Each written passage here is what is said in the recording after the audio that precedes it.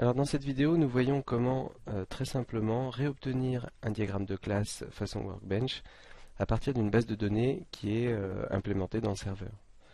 Donc par exemple ici, nous avons la base de données TP1-MMI avec trois tables, dept, amp et mission, sachant que la table amp a une clé primaire vers la table dept et la table mission a une clé une clé étrangère vers la table dept et la table mission a une clé étrangère vers la table amp.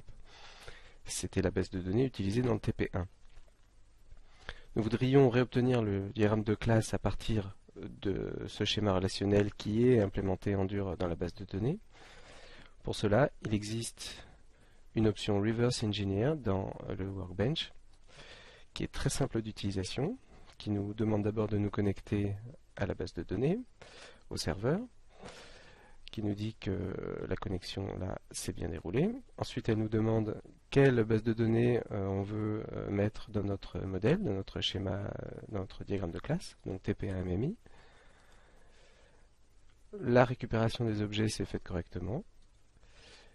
Voilà, on nous dit quels objets voulez-vous maintenant transformer en éléments de diagramme de classe. Donc ici les trois tables qui sont dans la base de données.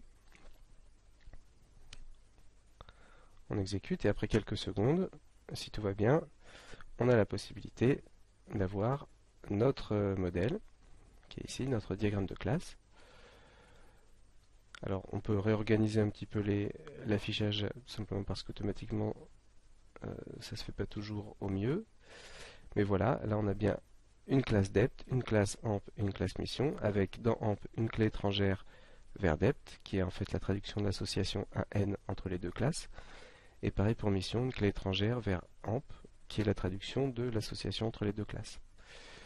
Voilà comment réobtenir très simplement un diagramme de classe UML à partir d'une base de données existante.